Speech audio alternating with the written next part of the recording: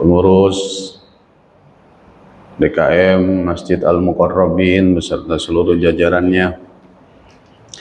Yang saya hormati jamaah salat subuh di Masjid Al-Muqarrabin, yang insya Allah senantiasa diberikan kesehatan oleh Allah Subhanahu wa Ta'ala. Alhamdulillah, pada kesempatan kali ini kita bisa bermuajahah, kita bisa bertemu kembali dalam rangka pengajian kitab Aqidatul Awam atau akidahnya orang-orang awam.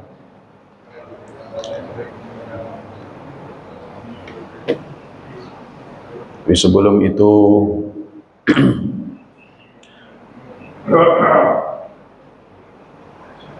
mari kita baca suratul Fatihah yang kita kirimkan, kita hadiahkan kepada orang tua kita, guru-guru kita, kakek nenek saudara kita yang telah mendahului kita. Mudah-mudahan Allah senantiasa kucurkan ampunan dan rahmatnya kepada mereka semua. Saudara kita yang sekarang sedang sakit, Allah angkat penyakitnya. Saudara kita sedang ditimpa musibah, Allah angkat musibahnya. Juga kita semua yang hadir di sini senantiasa mendapatkan hidayah, inayah, rahmat dan kesehatan dari Allah Subhanahu wa Ta'ala.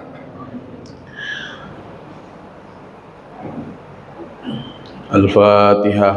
A'udzu billahi minasyaitonir rajim. Bismillahirrahmanirrahim. Alhamdulillahi rabbil alamin arrahmanir rahim maliki yaumiddin. Iyyaka na'budu wa iyyaka nasta'in ihdinas siratal mustaqim. Shiratal ladzina an'amta 'alaihim ghairil maghdubi 'alaihim waladdallin. Amin. Bismillahirrahmanirrahim. Qala al-mu'allif rahimahullahu ta'ala wa nafa'ana bihi wa bi'ulumihi wa 'ada 'alaina bi barakatihi amin ya rabbal alamin. Melanjutkan pembahasan terkait dengan tauhid. Kemarin kita pada pertemuan yang terakhir masih membahas tentang pengantar ilmu tauhid. Jadi sebelum kita memasuki ilmu tauhid ada namanya pengantar, yang kita sebut dengan daruratuddin lil insan, kebutuhan doruri, kebutuhan yang tidak bisa diganggu gugat lagi terkait dengan kebutuhan agama, bahwa manusia diciptakan sesuai dengan fitrahnya. Fitrahnya ini adalah percaya pada hanya satu Tuhan. Kalau dalam hadisnya, orang itu dilahirkan dalam keadaan fitrah, maka nanti lingkunganlah yang membentuknya, apakah dia menjadi majusi, apakah dia menjadi Nasrani. Tapi tidak disebutkan apakah dia kemudian menjadi Islam. Kenapa? Karena orang lahir itu jika tidak dipengaruhi oleh lingkungannya, oleh keluarganya, oleh orang tuanya, maka fitrahnya dia mau ngaji berarti. Maka fitrahnya dia adalah mempercayai adanya Allah Subhanahu wa Ta'ala. Tapi untuk mempercayai adanya Allah itu kan butuh guru,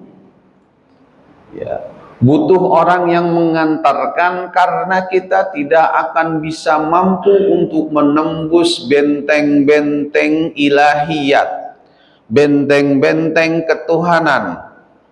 Karena kalau kita berpikir tentang Tuhan tanpa dibimbing oleh Tuhan, maka kita akan semakin jauh dari Tuhan. Coba lihat orang filsafat, ahli filsafat mikirin Tuhan tanpa dibimbing oleh agama, tanpa dibimbing oleh orang yang dibimbing oleh Tuhan. Itu justru akan semakin menjauh dari Tuhan. Tafakkaru fi khalqillah wa la tafakkaru fi dzatillah. Ya. Janganlah kalian berfikir pada zatnya Allah, karena kita tidak akan mampu untuk menembus ke sana. Tafakkaru fi khalqillah, maka pikirkanlah, angen-angenkanlah, tadabburkanlah, renungkanlah apa itu ciptaannya Allah.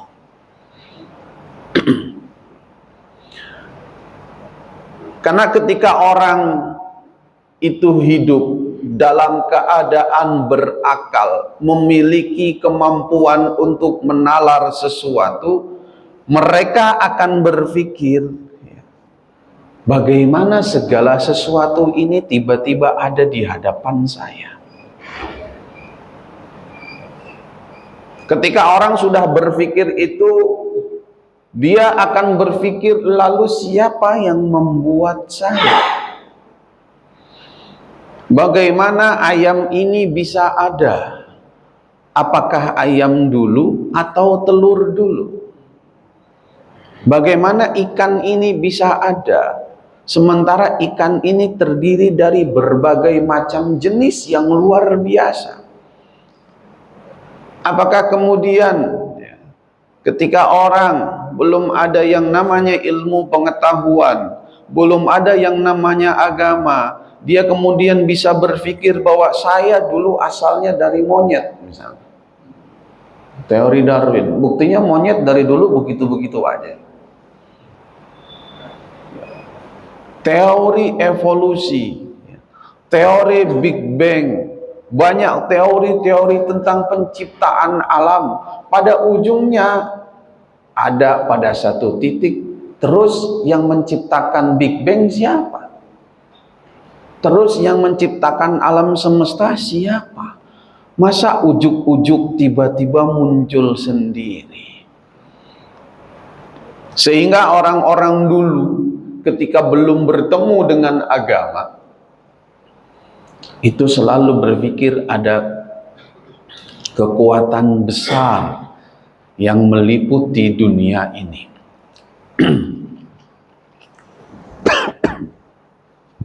Ada sesuatu yang menciptakan ini semuanya.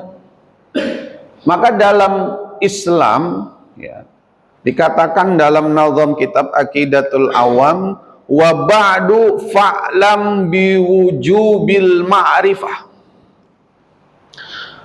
Maka ketahuilah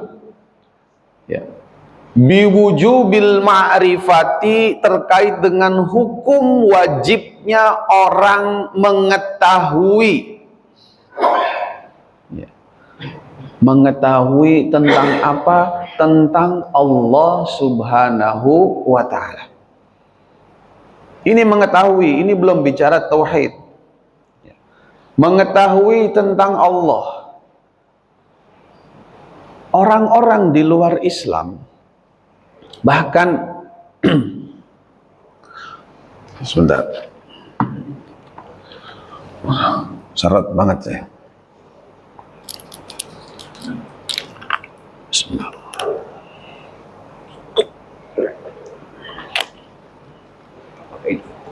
Boleh.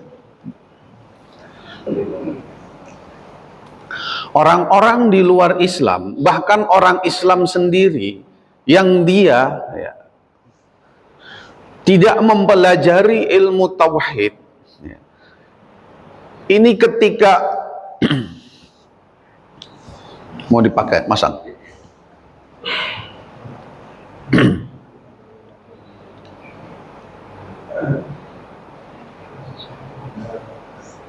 Ketika bicara tentang biwujubil ma'rifah, wajibnya pengetahuan terkait dengan ketuhanan.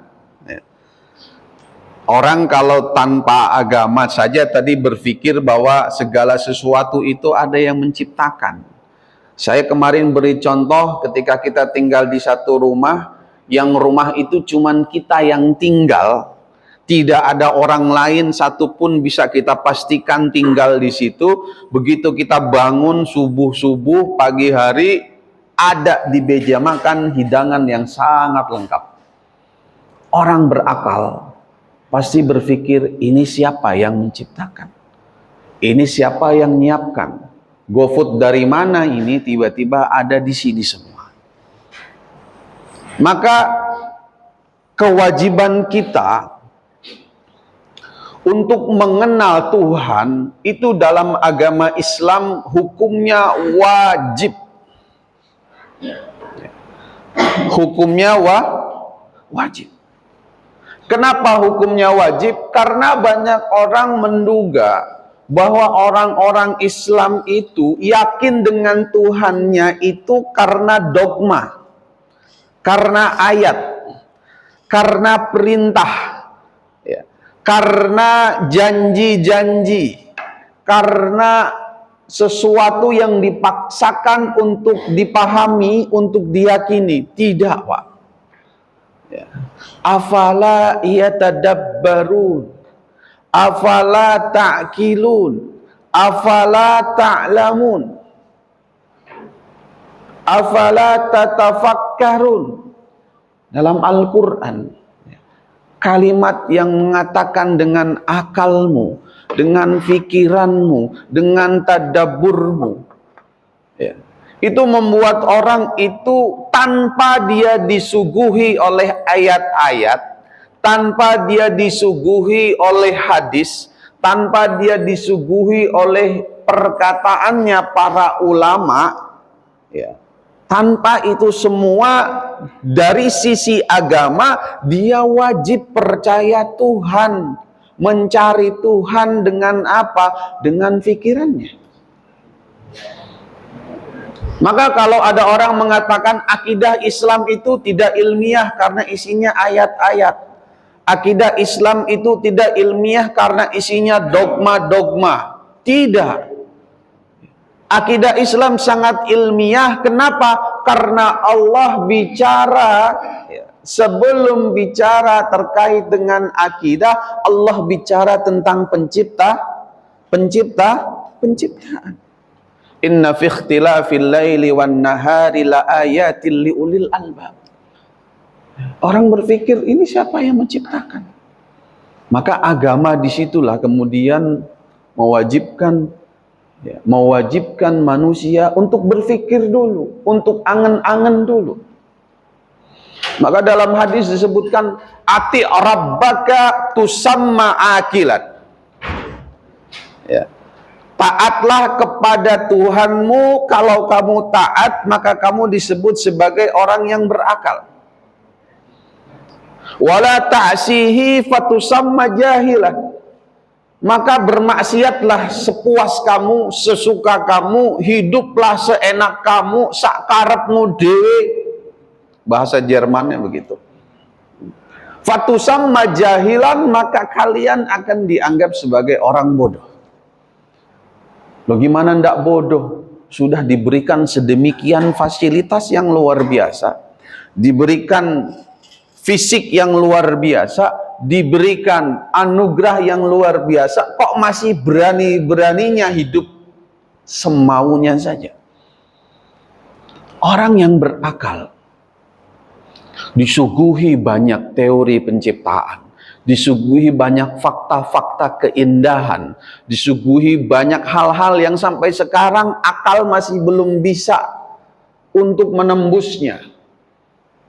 Coba saya tanya sama kau bapak-bapak, kita hidup ini di alam semesta ini, di dalam galaksi apa? Galaksi apa? Bima Sakti. Kira-kira selain galaksi Bima Sakti ada galaksi lain atau tidak? Saya kemarin ngobrol, ceritanya kemarin itu saya kedatangan tamu, lagi terkenal ini orangnya. Dulunya adalah pengedar narkoba. Oh iya.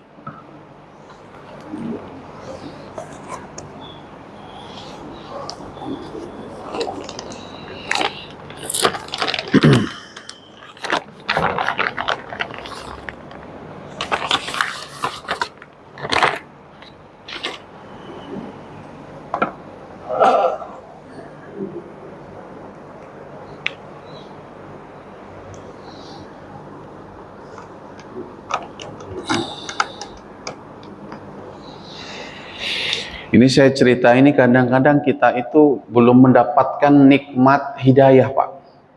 Kita ini Islam dari keturunan. Ya. Mana layar ini ya?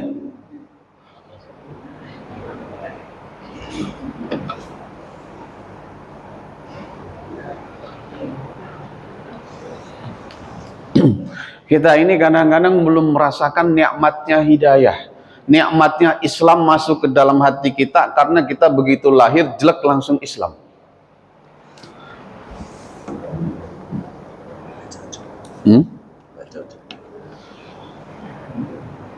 Kemarin bisa.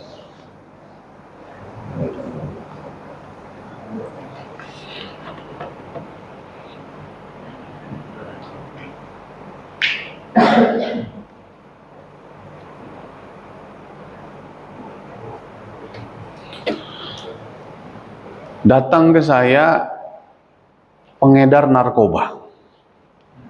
Kira-kira kalau mau bicara dosa, dosa besar atau tidak pengedar narkoba? Dosa besar atau tidak? Dosa besar. Pengedar narkoba, pemakai narkoba, peminum khamr, peminum minuman keras. Dari kecil sampai usia 25 tahun. Ya. Namanya Joshua. Rumahnya di Pasar Rumput. Manggarai itu ada apartemen di atas pasar itu, tinggal di sana. Ayahnya seorang pendeta. Datang ke saya, ini sudah masuk Islam. Pengedar narkoba masuk Islam, dapat hidayah. Saya tanya. Ini ceritanya gara-gara ngobrol tauhid sama dia. Nanya, dia ngobrol dengan saya dengan soal tauhid. Saya tanya dulu, ente dulu gimana ceritanya bisa masuk Islam?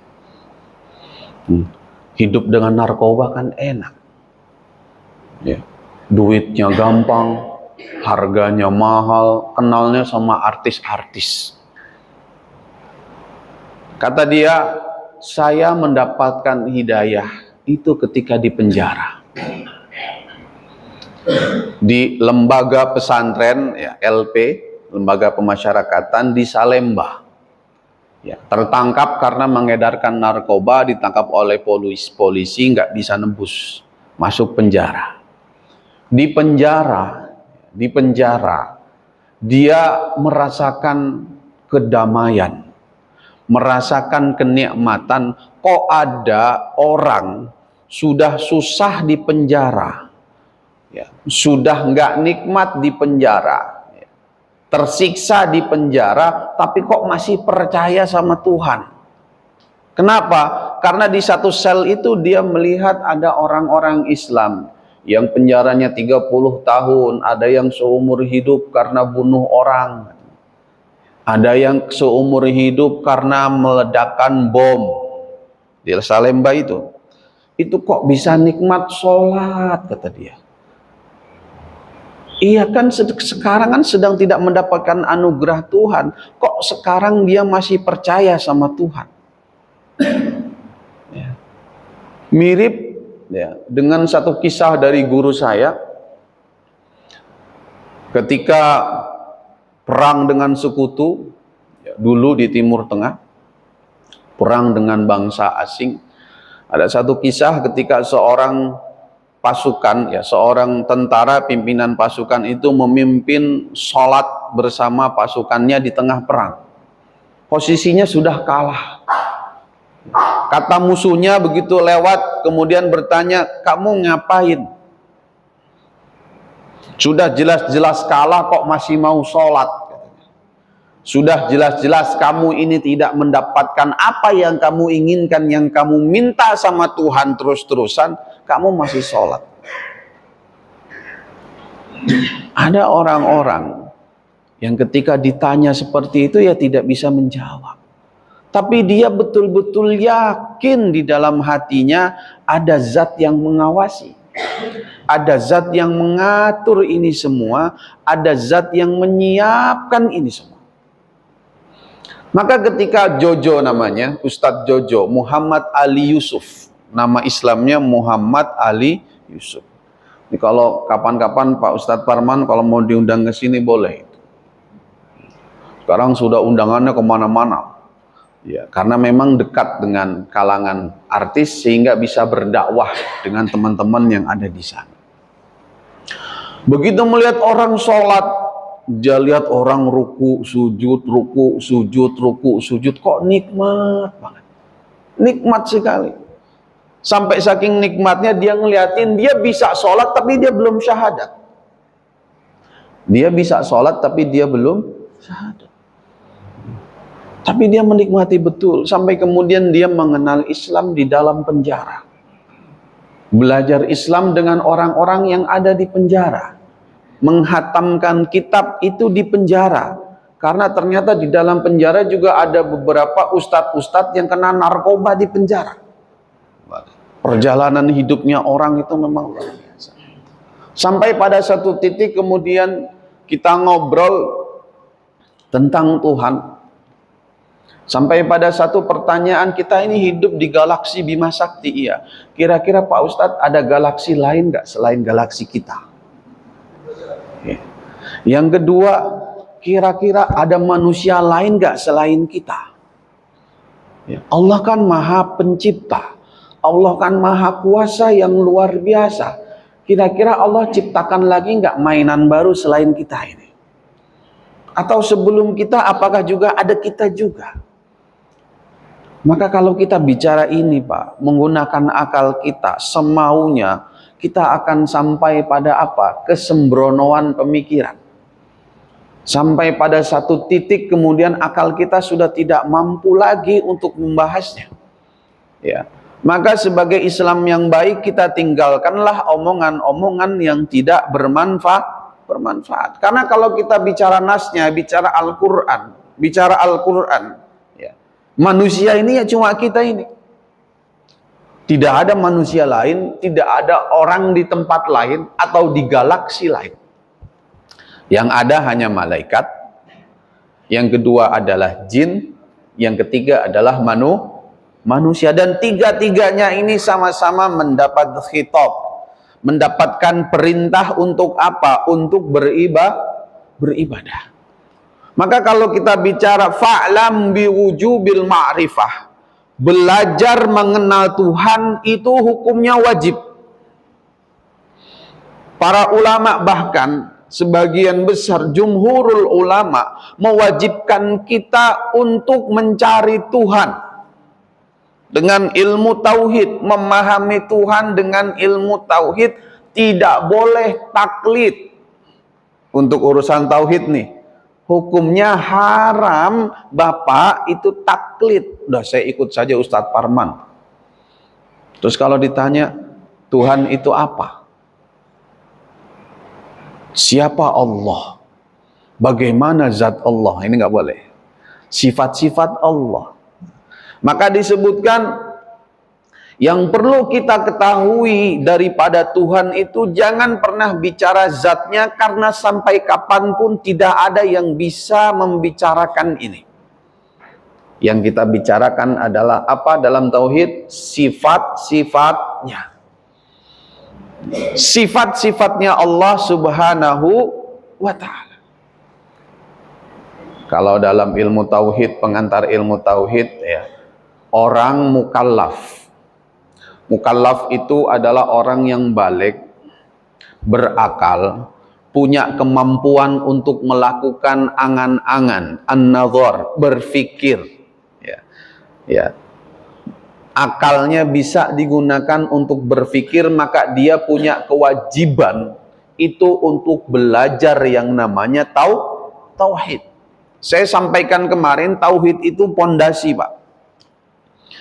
Pondasinya, akarnya, batangnya itu adalah syariat, ya.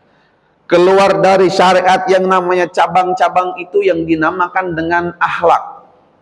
Kalau tauhidnya bermasalah, akarnya bermasalah, maka batangnya beserta ranting-rantingnya pasti akan bermasalah.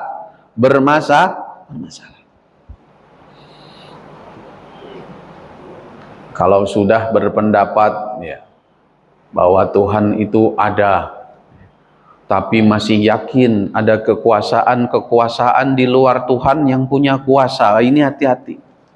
Ya. Ngelihat keris, kanjeng kiai anu, tiba-tiba muncul dalam hatinya keyakinan baru. Oh, ini keris sakti, Pak. Apa saktinya? Bisa berdiri sendiri. Apa hebatnya keris bisa diri sendiri? Ini keris hebat, Pak. Kenapa? Bisa pulang sendiri. Apa hebatnya keris bisa pulang sendiri? Ada satu pertanyaan dalam satu kitab itu, ketika seorang wali, orang yang dianggap sebagai kekasihnya Allah, kemudian ada orang tanya, wahai wali, engkau kekasihnya Allah, tunjukkan karomah-karomahmu, tunjukkan kehebatan-kehebatan yang diberikan Allah kepadamu. Kata si wali ini, apa karomah? Karomah itu kau berjalan di atas bumi, kata dia. Kau berjalan di atas bumi, tapi sampai sekarang bumi belum pernah menghisapmu. Kau berjalan di atas langit, tapi sampai hari ini langit belum runtuh. Kau berjalan, di dalam tubuhmu ada darah, darahnya belum pernah bocor, padahal dalam tubuhmu ini ada banyak lubang. Orang diminta untuk berpikir tentang apa? Tentang apa yang ada di dalam dirinya, tentang apa yang ada di dalam kesehariannya.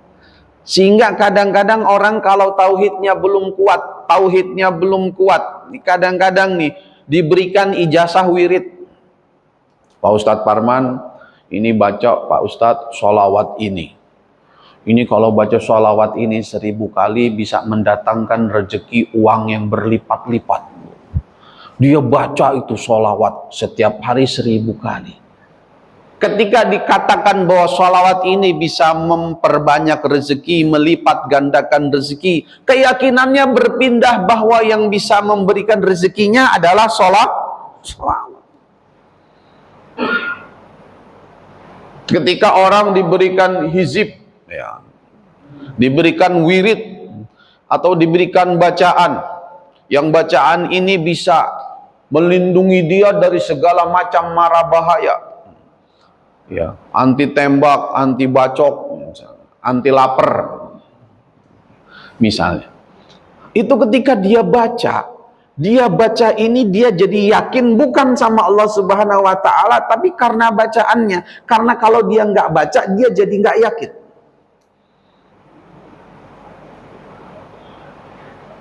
Mirip dengan orang yang tawaf,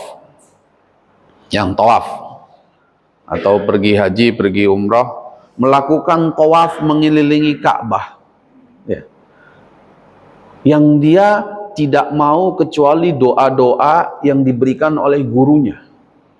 Kenapa? Kalau tidak baca doa ini nanti tidak bisa, Pak Ustaz.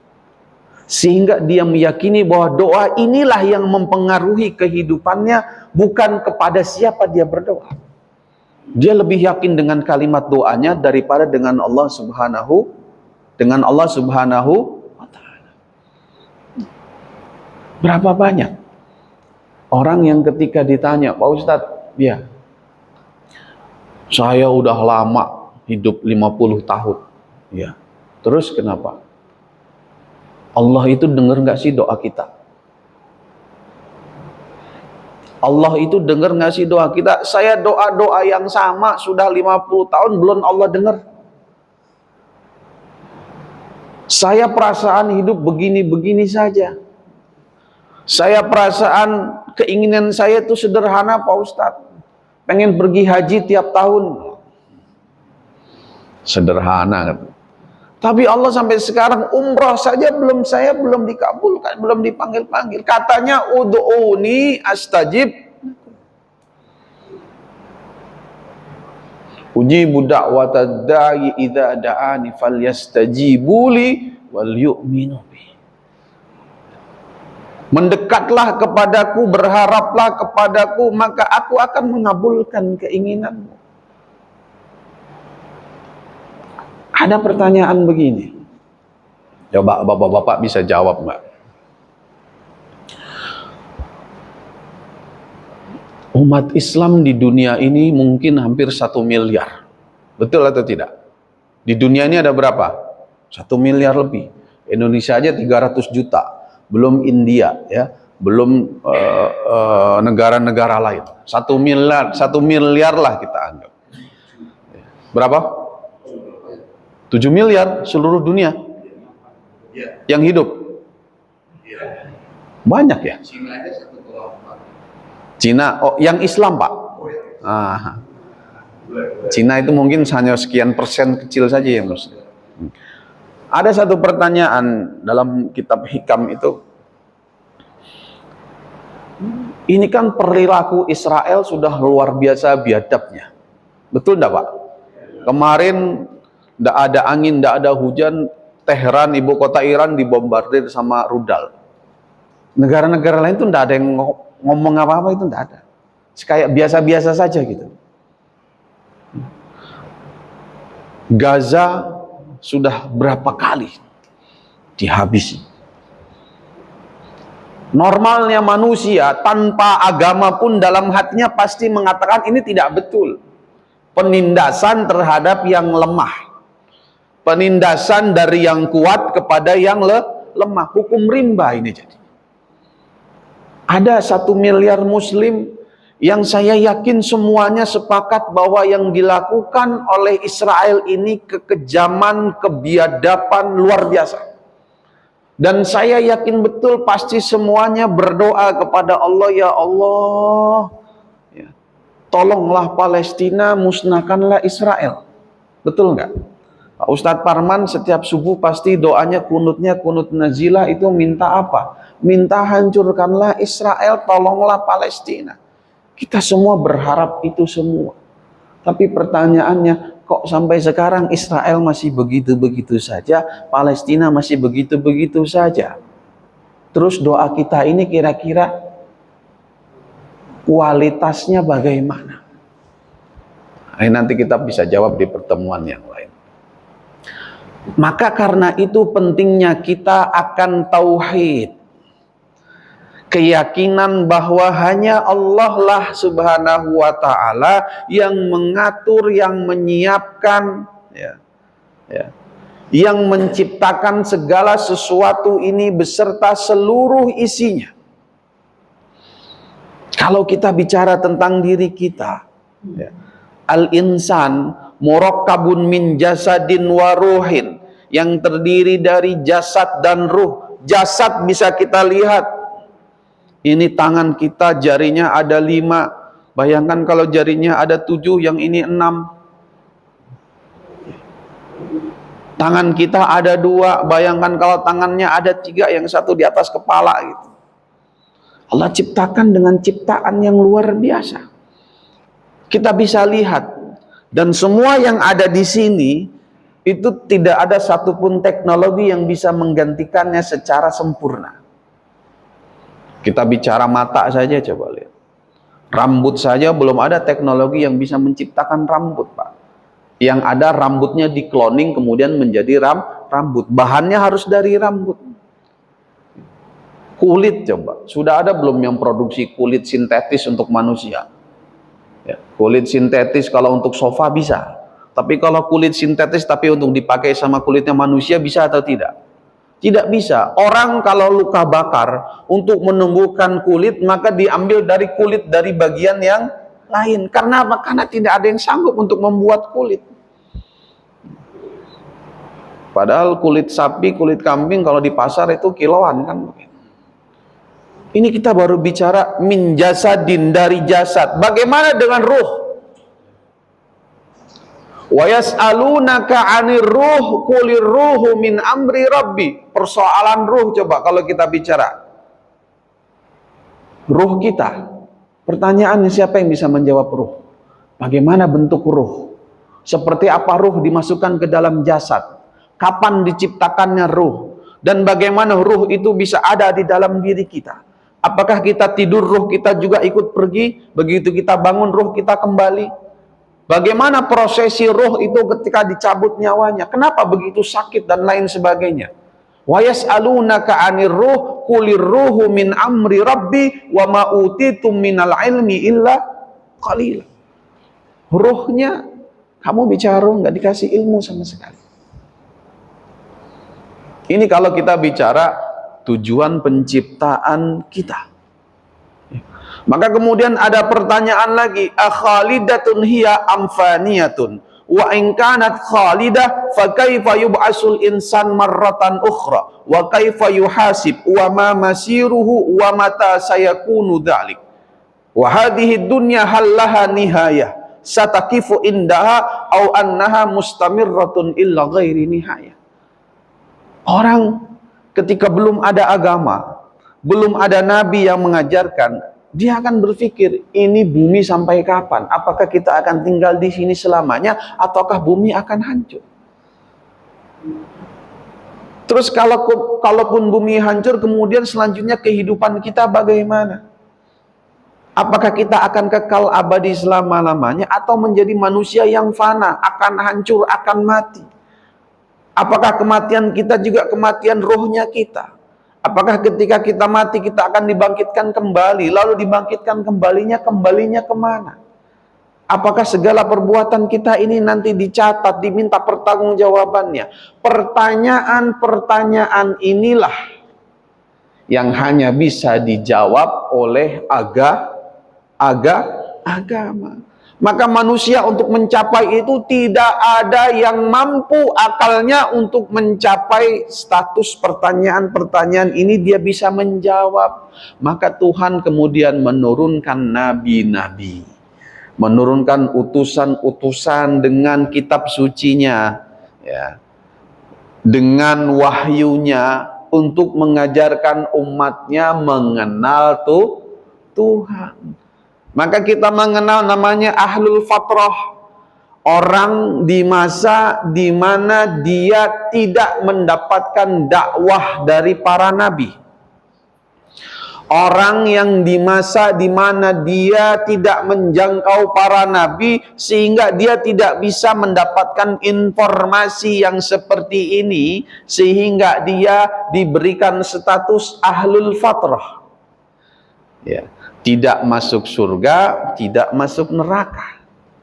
Allah yang akan menciptakan nanti sesuai dengan kebijakannya. Ulama mengatakan pokoknya dia tidak masuk neraka, masuk surga, bisa saja masuk surga.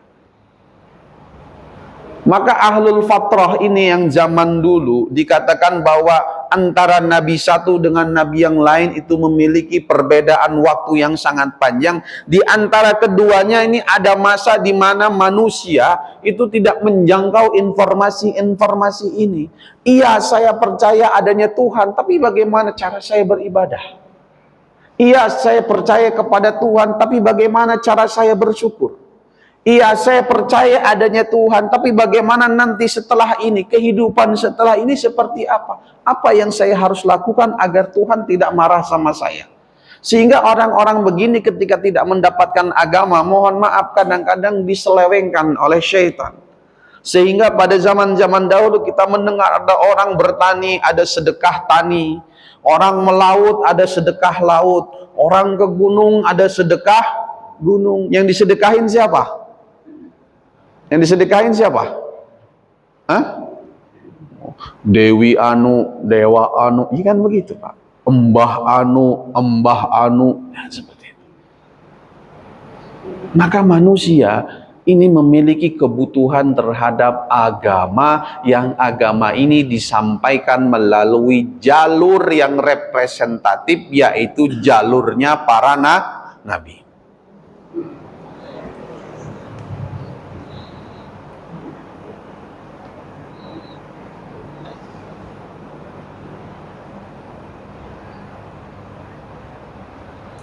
Maka dalam salah satu firman-Nya Allah mengatakan huwallazi anzalas sakinata fi qulubil mu'minin liyazdadu imanan ma'a imanihim. Maka Allah ingin menurunkan rasa nyaman, rasa aman, ya, as-sakinah di dalam hatinya setiap orang-orang mukmin Sehingga beliau menurunkanlah para nabi, menurunkanlah para rasul, agar apa? Agar orang-orang itu mengenal Tuhannya. Alladzina amanu wa tatma'inna qulubuhum bidzikrillah, ala bidzikrillahi tatma'innul. Sehingga muncullah keyakinan di dalam hatinya, ternyata ada Tuhan, ternyata ada Allah yang mengatur semua, ternyata ada Allah yang menjawab doa-doa kita, ternyata ada Allah tempat di mana kita mengadu, ternyata ada Allah yang bisa mengabulkan segala apa yang kita inginkan. Cuman kan persoalannya persoalan keyakinan. Kita yakin betul bahwa Tuhan yang kita minta, Tuhan yang selalu kita memohon, Tuhan yang selalu kita mengadu, Tuhan yang selalu kita harapkan agar doa-doa kita dikabulkan. Kita yakin betul ketika kita berdoa. Tapi kadang kita lupa, pura-pura lupa. Ketika kita bermaksiat, kita punya Tuhan yang selalu dan akan selalu dan pasti melihat apa yang kita lakukan. Kenapa kok kita tidak memiliki standar yang sama? Begitu doa kita yakin betul bahwa Allah akan mengabulkan, Allah mendengar. Tapi kenapa ketika kita maksiat kita pura-pura tidak yakin kalau Allah melihat kita? Makanya kan ibadah yang paling hebat itu zaman sekarang tuh ya, itu namanya tarkul ma'asi indal khalwati. Meninggalkan maksiat ketika dalam keadaan sendiri. Kalau sekarang begini, saya yakin semuanya tidak ada yang berani maksiat. Ya kan? Coba kalau lagi di kamar sendiri, di ruangan sendiri, ada aja yang dilakuin. Kadang-kadang kita yakin melihat tuh, tidak ada CCTV, tidak ada orang yang melihat. Kita suka lupa bahwa ada Allah Subhanahu wa Ta'ala, ada malaikat mungkar dan nakir di sekitar kita. Makanya kalau dalam hikam, dalam kitab hikam, itu yang menyebabkan doa kita tidak dikabulkan sampai sekarang oleh Allah Subhanahu wa Ta'ala. Doa kita ditahan oleh Allah Subhanahu wa Ta'ala. Itu dalam rangka Allah mendidik kita. La yakun ta'akhuri amadil ata mujiban liya'sika. Ya. Maka jangan sampai akhir atau mundur atau belum dikabulkannya doa itu menyebabkan kamu putus asa dari rahmatnya Allah Subhanahu wa Ta'ala. Karena sesungguhnya Allah itu akan mengabulkan doa-doanya, akan mengabulkan permintaan seorang hamba fima yakhtar la fima takhtar, pada hal-hal yang Allah pilihkan, bukan hal-hal yang Anda inginkan. Fil waqtil ladzi yurid la fil waqtil ladzi turid, pada waktu yang Allah tentukan, bukan pada waktu yang Anda harapkan. Nabiullah Ibrahim itu doa 80 tahun, Rabbi habli minas salihin, untuk mendapatkan satu orang putra yang dia nanti-nantikan. Nabi Ayub itu doa 100 tahun, Rabbi anni massaniyad durru wa anta arhamur rahimin. Ya Allah, saya kena penyakit dan Engkau adalah zat yang maha pengasih lagi maha penyayang. 100 tahun berdoa baru Allah angkat penyakitnya. Kita sudah berdoa berapa lama? Tapi dalam doa kita, kadang-kadang kita juga tidak yakin sama Allah. Dalam doa kita, kadang-kadang doa yang menyebabkan doa itu tidak dikabulkan oleh Allah itu problemnya banyak banget. Kalau dalam syarah hikam disebutkan yaqdhatul qalbi wal masyair, hidupnya hati beserta seluruh saraf-saraf kita itu. Kadang-kadang kalau kita berdoa itu cuma mengaturnya ritmenya saja. Doa itu ya alhamdulillahil alamin hamdan syakirin hamdan naimin hamdan yuafi ni'mana laka hamd Allahumma inna nas'aluka salamata fid dunya. Ada rasanya atau tidak? Ada rasanya atau tidak? Bagaimana Allah mau mengabulkan doa yang seperti ini? Doa yang hanya dihafal, tidak memiliki kedekatan hati, tidak memiliki getarnya hati, tidak memiliki ketika disebut nama Allah wajilat qulubuhum, tidak bergetar hatinya. Apalagi doa yang langsung permintaan, padahal kan Allah sudah mengajarkan dalam surat Al-Fatihah. Coba lihat. Al-Fatihah itu ada berdoa, Pak. Bismillahirrahmanirrahim, dengan menyebut nama Allah yang Maha Pengasih lagi Maha Penyayang. Itu pujian atau tidak? Pujian.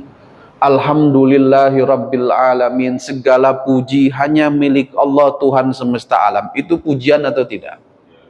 Ar-Rahmanir-Rahim, yang Maha Pengasih lagi Maha Penyayang. Itu pujian atau tidak? Maliki Yaumiddin, ya, Tuhan yang menguasai hari akhir. Tidak ada Tuhan lain, tidak ada zat lain yang mampu menguasai hari akhir sehebat apapun dia. Hanya Allah yang menguasai hari akhir. Itu pujian atau tidak? Pujian. Baru iyyaka na'budu wa iyyaka nasta'in. Hanya kepadamulah aku meminta, aku menyembah, dan hanya kepadamulah aku memohon pertolongan. Coba lihat. Ini adabnya berdoa. Memuji lebih banyak daripada meminta.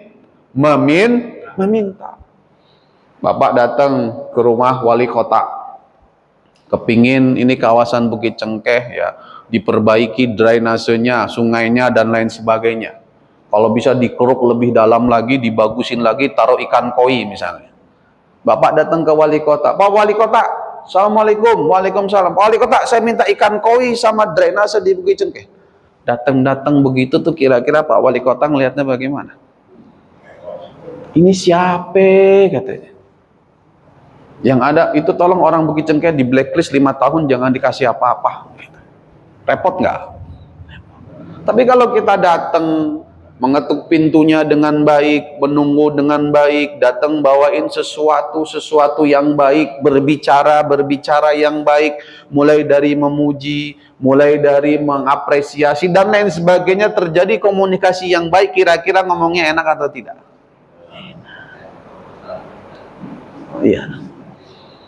Maka satu ketika Rasulullah SAW pernah cerita kepada sahabat yang waktu itu ada orang tampak dari jauh perjalanan, ya, rambutnya terlihat kusut acak-acakan, pakaiannya terlihat lusuh seperti habis perjalanan jauh, wa yamuddu yadaihi wa qala ya rabbi ya rabbi ya rabbi.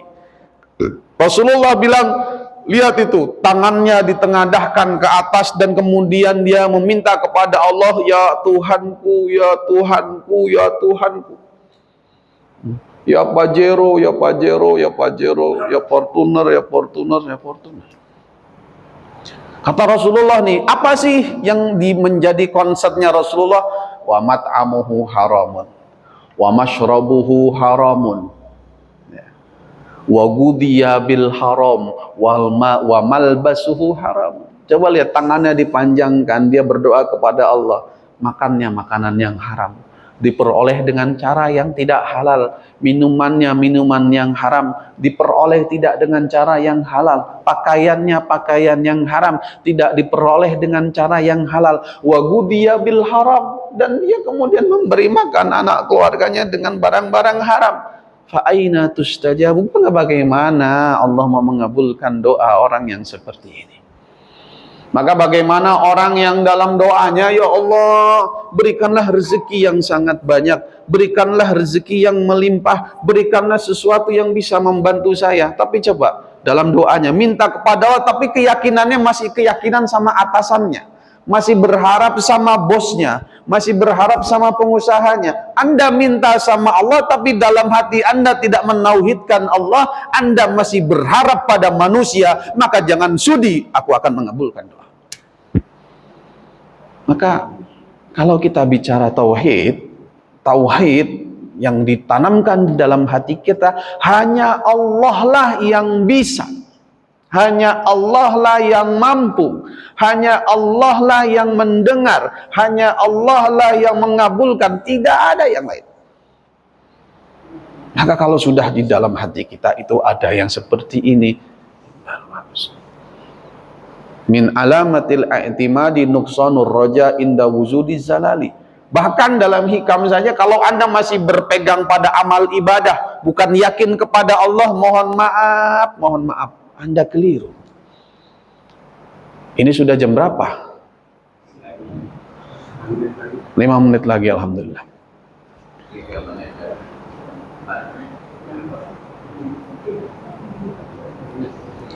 Maka kalau kita bicara tauhid, sebelum kita bicara Allah, maka kita bicara kita. Penciptaan Allah kepada kita, segala sesuatu Allah ciptakan untuk kita. Wa khalaqna kulla syai'in li ajlika wa khalaqtuka li ajli. Aku ciptakan segala sesuatu di dunia ini untuk melayanimu wahai manusia. Wa khalaqtuka li ajli, dan aku menciptakanmu untuk beribadah kepadaku. Wa ma khalaqtul jinna wal insa illa liya'budun. Maka bagaimana rasanya kalau sesuatu yang Allah ciptakan ini, kemudian Anda lebih percaya pada sesuatu yang Allah ciptakan daripada sang penciptanya? Bagaimana Anda lebih yakin pada orang yang orang itu Allah ciptakan daripada Anda lebih yakin pada Allah Subhanahu wa ta'ala? Maka inilah persoalan-persoalan tauhid, persoalan keyakinan kita kepada Allah Subhanahu wa ta'ala. Ziarah kubur. Ziarah kubur itu hukumnya apa? Sunnah. Kenapa? Mengingatkan kita kepada kematian. Ada nggak kira-kira orang ziarah kubur tapi ingatnya perempuan? Ada nggak orang ziarah kubur tapi ingatnya rendang? Ada nggak orang ziarah kubur tapi ingatnya maksiat? Enggak, Pak. Bapak lagi nguburin orang itu pasti ingatnya ini nanti gua yang bakal dikuburin. Ingat, tapi hanya itu saja. Begitu pulang lupa lagi. Maka melembutkan hati itu dengan ziarah kubur. Tapi ziarah kubur ini tujuannya adalah untuk mendoakan yang diziarahi dan meminta kepada Allah. Yang keliru adalah percaya dan yakin bahwa yang ada di kuburan ini bisa membantu kita. Ini yang keliru, Pak. Keliru atau tidak? Keliru atau tidak? Oh, kalau saya nggak ke sana nanti doa saya nggak dikabulkan. Oh, kalau saya nggak ke sana nanti saya nggak dibantu. Keliru, Pak. Keliru. Kenapa? Ud'uni astajib. Allah itu dekat. Fa inni qarib. Allah itu dekat, lebih dekat dari urat nadi kita. Maka mintanya sama Allah.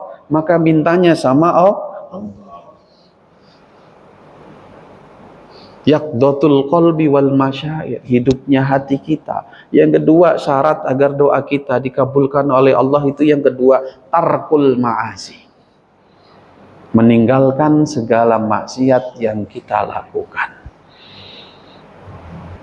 Kita kalau punya anak buah kerjaan yang bantah, sering bolos, ya, kerjaan nggak beres, itu kira-kira kalau anak buahnya minta gaji itu dikabulin atau tidak? Punya anak kerjaannya nggak pernah patuh sama orang tua, disuruh nggak pernah mau, pulang malam, sekolah kagak beres, ibadah kagak pernah, tiba-tiba dateng, "Pah, beliin motor, Pah." Kira-kira bapaknya mikir berapa kali itu? "Pah, beliin handphone, Pah." Kira-kira bapaknya mikir berapa kali? Maka tauhid itu kita harus memahaminya dari awal, biwujubil ma'rifah, hukumnya wajib. Tidak belajar tauhid, ada kesempatan untuk belajar tauhid, punya kemampuan untuk belajar tauhid, punya kemampuan untuk berangan-angan, tidak dimanfaatkan untuk belajar tauhid, maka hukumnya berdosa. Maka ini dalam rangka menghapus dosa kita, menghilangkan kewajiban kita.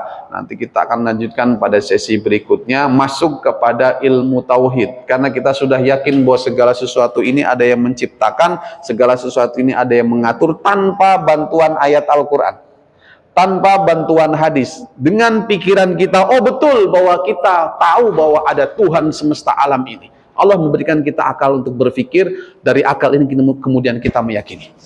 Baru dari situ kita belajar bagaimana mengenal Allah Subhanahu wa ta'ala. Fa'lam biwujubil ma'rifah, maka kita sudah melewati fase mengetahui Allah Subhanahu wa ta'ala dengan ma'rifah, dengan ma'arif, dengan pengetahuan yang berasal dari akal kita. Maka habis ini kita akan belajar mengenal Allah Subhanahu wa ta'ala dengan sifat-sifatnya berdasarkan petunjuk dari Allah Subhanahu wa ta'ala. Kita akan lanjutkan pada pertemuan berikutnya. Terima kasih, mudah-mudahan apa yang kita sampaikan ini sedikit bermanfaat. Wallahul muwaffiq ila aqwamit thoriq. Al-Fatihah.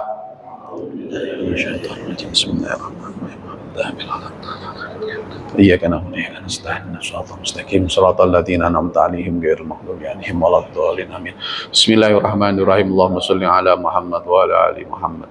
Allahumma inni astaudiuka ma 'allamtanihi fardudhu ilayya inda hajati ilaihi wa la tansanihi ya rabbal alamin. Terima kasih. Assalamualaikum warahmatullahi wabarakatuh.